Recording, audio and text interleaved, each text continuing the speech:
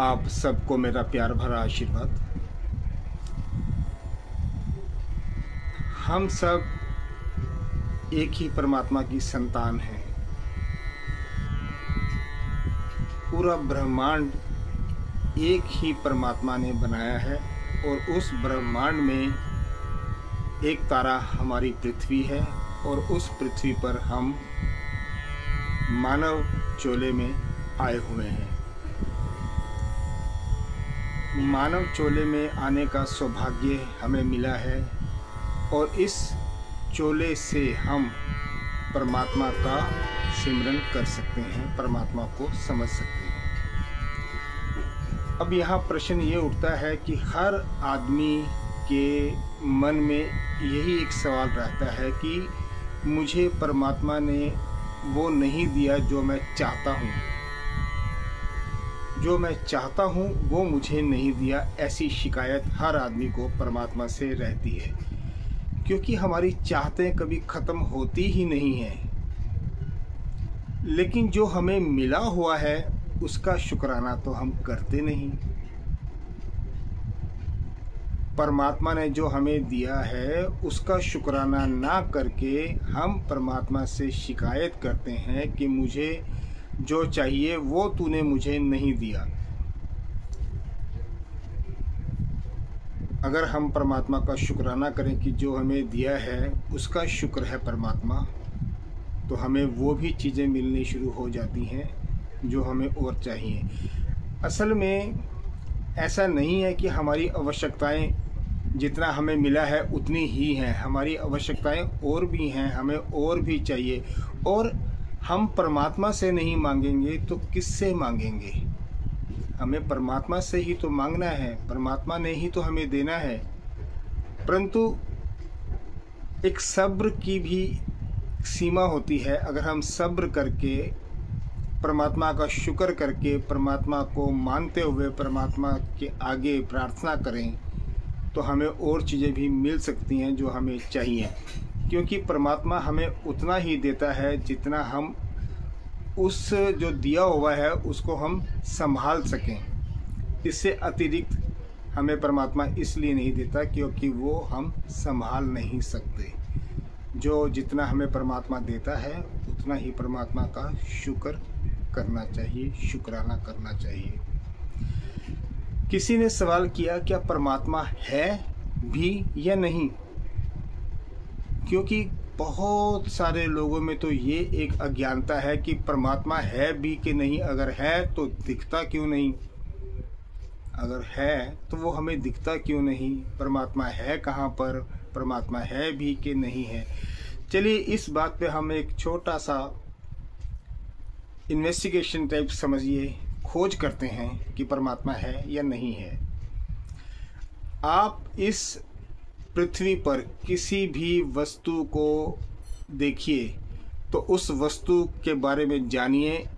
Finally यही मिलेगा कि उस वस्तु को किसी ना किसी ने बनाया है। उस वस्तु का कोई ना कोई निर्माता है, सिर्फ प्राकृतिक वस्तुओं को छोड़ के। प्राकृतिक वस्तुएं जैसे पानी, हवा, नदी, समुद्र, पहाड़, मिट्टी, पेड़ पौधे, जीव जंतु, ये प्राकृतिक वस्तुएं हैं। भौतिक वस्तुएं हैं जैसे लोहे से बनी हुई चीज़ें, जैसे कुर्सी बनी है, अलमारी बनी है, घड़ी बनी है, कैलकुलेटर बने हैं, मोबाइल बने हैं, कार है। बहुत सारी चीज़ें हैं हमारे जीवन में जिनका हम उपयोग करते हैं। तो उनका कोई ना कोई निर्माता तो है, कोई ना कोई मैन्युफैक्चरर है। किसी भी चीज़ को अगर हम यूज़ करते हैं, प्रयोग करते हैं, तो उसका कोई ना कोई निर्माता होता ही है।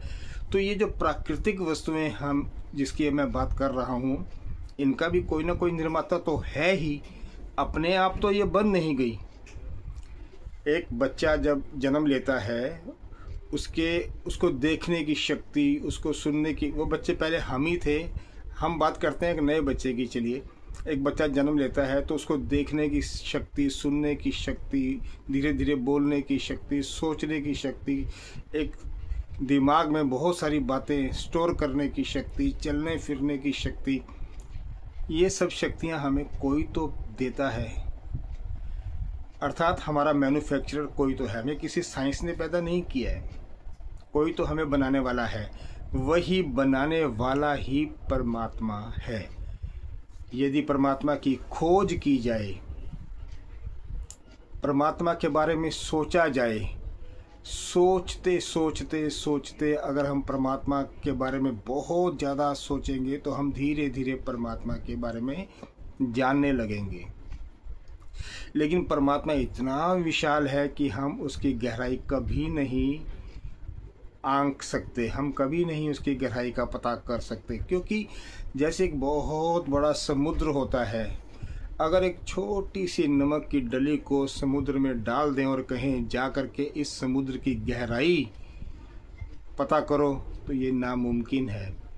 वो नमक की डली उस समुद्र में घुल जाएगी, उसका कभी भी उसकी गहराई उसका अंत नहीं पा सकती। इसी तरह परमात्मा एक विशाल, इतने बड़े ब्रह्मांड को बनाने वाला, ऑफ कोर्स बहुत बड़ा, बहुत विशाल ही परमात्मा है। उस परमात्मा की गहराई हम कभी नहीं आंक सकते, कभी नहीं हम पता कर सकते। सिर्फ हमें इस बात का एहसास करना है कि परमात्मा है। जब हम एहसास करते हैं, फीलिंग करते हैं परमात्मा है, फिर हम परमात्मा से कुछ भी मांगते हैं तो जो हमारे लिए बेहतर होता है, जो हमारे लिए अच्छा होता है, वो परमात्मा हमें अवश्य देते हैं। मैं आप सबको बहुत ही आशीर्वाद देना चाहता हूँ, प्यार भरा आशीर्वाद, कि आप सब परमात्मा से जुड़ें। देखिए, कोई भी रिश्ता, कोई भी नाता, कोई भी भौतिक वस्तु कुछ भी हमारी नहीं है। ये सब एक धीरे धीरे सब समाप्त हो जाती हैं। हमारा सिर्फ परमात्मा है। जहाँ से हम आए हैं वहीं हमें जाना है, वही हमारा परमेश्वर है, वही हमारा पिता है, वही हमारा परमात्मा है, सब कुछ वही है। अब यकीन करिए, हमारा ये पहला या अंतिम जन्म नहीं है। ऐसे जन्म हमने अरबों खरबों जन्म हमने ऑलरेडी लिए हैं, और इतनी बार हमारा जन्म हुआ है, उतनी बार हमारी मृत्यु हुई है। ये अरबों खरबों बार, अनगिनत बार हमारा जन्म हुआ और अनगिनत बार हमारा जन्म होगा, और हमारी इसी तरह से जन्म और मृत्यु चलती रहेगी। लेकिन ज़रूरी नहीं है कि हमारा जन्म इसी धरती पर होगा, क्योंकि ऐसी धरतियां और भी हैं। इस पूरे ब्रह्मांड में केवल यही एक धरती नहीं है, बहुत धरतियां हैं, अनगिनत धरतियां हैं। हमारा जन्म इस धरती पर हुआ है, अगली बार हमारा जन्म किसी दूसरी धरती पर हो सकता है।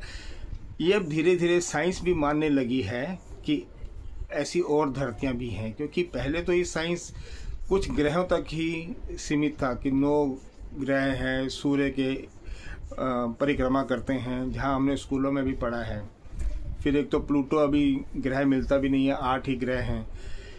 लेकिन इसके बाद धीरे धीरे साइंस इस चीज़ को, विज्ञान इस चीज़ को मानने लगा है कि इसके बाद गैलेक्सी के बाद और गैलेक्सीज, गैलेक्सीज के बाद और गैलेक्सी, धीरे धीरे इतने ब्रह्मांड तक ये पहुंच ही नहीं पाया, क्योंकि इसको भी वो अनगिनत तारों में मानता है। अनगिनत तारे हैं इसमें, तो जहाँ अनगिनत तारे हैं वहाँ एक ही पृथ्वी नहीं है, ऐसी पृथ्वियाँ बहुत हैं। एक दिन साइंस भी इस चीज़ को डिक्लेयर करेगी कि ऐसी पृथ्वियाँ और भी हैं, और वहाँ पर भी जीवन है। पर जीवन ऐसा ही हो जैसे हम हैं, ये आवश्यक नहीं है। हो सकता है कि वहाँ का जीवन विभिन्न तरह का हो, किसी और तरह का हो। हमारी हाइट यहाँ पर 5-6 फीट रहती है, हो सकता है वहाँ हाइट 30, 35, 40 फीट की हो। हमारी यहाँ की एवरेज एज 70-80 साल की है, हो सकता है वहाँ पर 700-800 साल की हो। हम यहाँ पर ये भाषा वगैरह यूज़ करते हैं, हो सकता है वहाँ भाषाएं यूज़ ना की जाती हों। हमारी 2 आँखें हैं, 2 कान हैं, एक नाक है, मुंह है, त्वचा है, हो सकता है वहाँ का जो परमात्मा की देन है कुछ और ही हो, क्या मालूम। क्योंकि यहाँ पर भी बहुत सारे ऐसे जीव जंतु हैं। सांप है, उसके कान नहीं होते। जानवर है, बोल नहीं पाते। जानवरों की सोचने की क्षमता कम होती है, मानव की ज़्यादा है। तो इसी तरह से और धरतियाँ भी जो हैं, वहाँ पर भी विभिन्न तरह के जीवन हैं। और हमारा जन्म अभी इस धरती पर हुआ है, तो अगला जन्म हमारा इस धरती पर भी हो सकता है, किसी और धरती पर भी हो सकता है। हमारे, मैंने पहले भी बताया, हम उसको गिन नहीं सकते, इतने जन्म और मृत्यु हमारी हुई है, और अभी कितनी होनी है हम गिन नहीं सकते। हमारी जन्म और मृत्यु होनी है। मृत्यु से डरना नहीं है, ये मृत्यु तो अभ्यास है। हर जन्म में मृत्यु होनी है। सहज स्वीकार करिए जीवन को, मृत्यु को। एक छोटा सा मैं आपको और बताता हूँ। एक बच्चा अपने बाप से लड़ता है कि तुमने मुझे जन्म ही क्यों दिया, तुमने मुझे जन्म ही क्यों, क्योंकि वो परेशान हो गया तो अपने पिता से झगड़ा करता है। तो बोलता तुमने मुझे जन्म ही क्यों दिया, क्या मुझसे पूछ के जन्म दिया था। पिता भी क्या जवाब दे।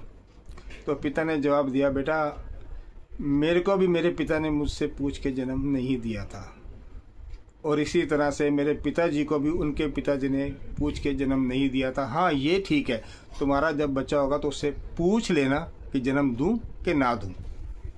तो ये जन्म हमारे बस में नहीं होता है, मृत्यु हमारे बस में नहीं होती है।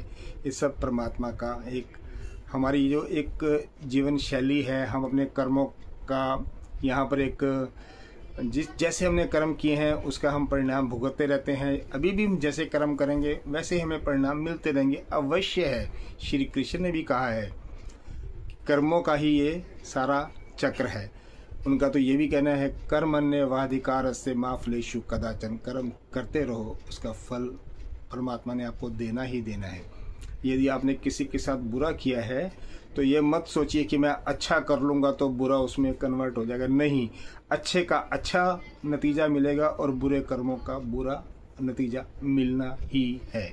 तो बुरे कर्म करिए ही मत, अच्छे कर्म करिए। आप सबको बहुत बहुत बहुत प्यार भरा आशीर्वाद। मैं इसी तरह से आपके साथ जुड़ा रहूँगा, आप भी मेरे साथ जुड़े रहिए।